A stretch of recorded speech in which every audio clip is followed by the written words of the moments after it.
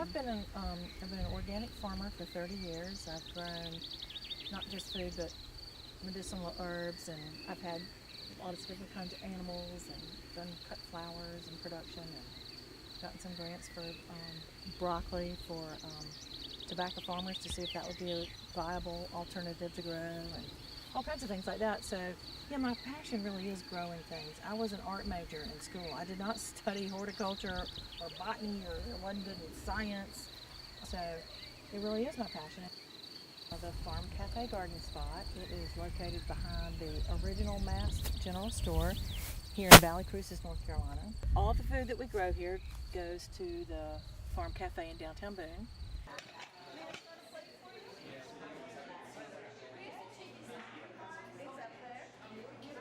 A fellow by the name of Jock Brandis with the Full Belly Project. He's in Wilmington, North Carolina. Set up 3 different solar panels and 2 different pumps and showed us how it all worked and pumped water, and it was like magic.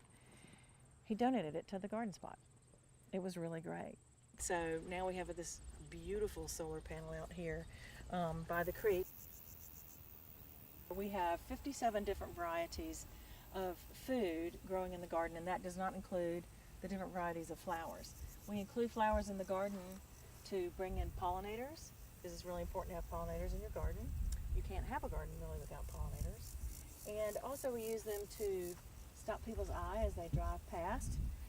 We have bees and butterflies and different, beneficial wasps and moths and everything in here. This year we're trying potato towers. Some are doing better than others. We've already harvested a few, but we've got 3 different kinds of potatoes in here. And instead of growing potatoes out long ways in rows and hilling them up, we're doing them in towers, what we call towers. And then at the end of the season, when they die off, you just knock them over and they're your potatoes.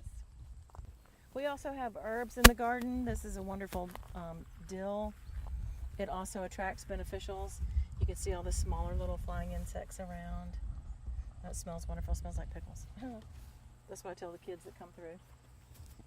We do a lot of what they call sheet mulching, which is I lay down cardboard on top of grass or weeds or whatever, and then on top of that I put nice dirt and mulch and compost, and then plant right in it. So I also do that for the pathways, so then when you're weeding them back out, the weeds are just right on top and they're easy to pull.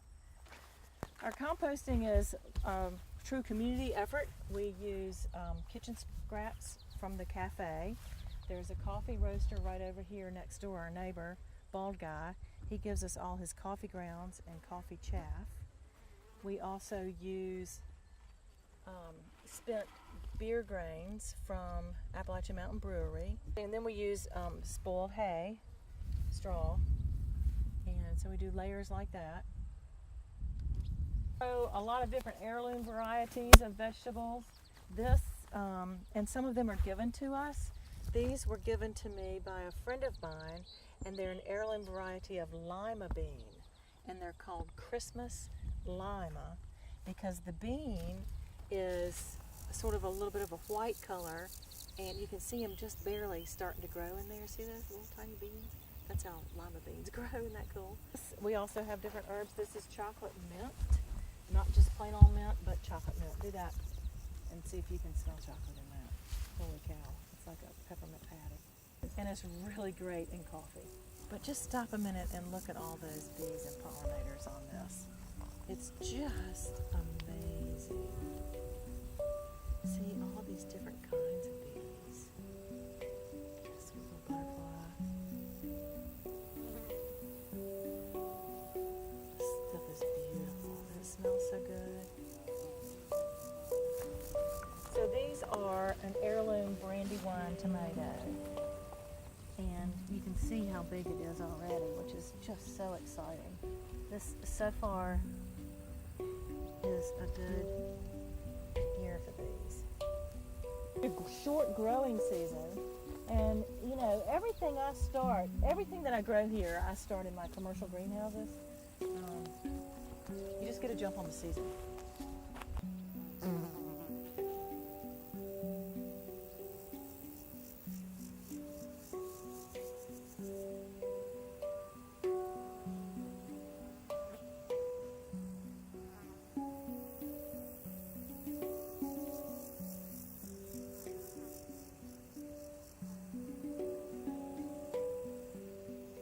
it was an incredible gift for the cafe to have a garden here at this spot, at a tourist destination like the Mass store, because everybody that drives in that parking lot has to drive past this garden to get out.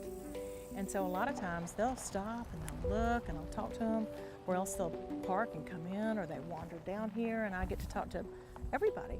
And I give them the brochure about the cafe, and then I get to talk to them about food insecurity issues, you know, that people have. And because I think we as Americans don't really think about that very often, and about how it can happen almost to anybody. It is my passion, and now to be able to grow food for people, good food for people that can't necessarily afford it, is so important. It's huge. It's huge in my life. It's really great.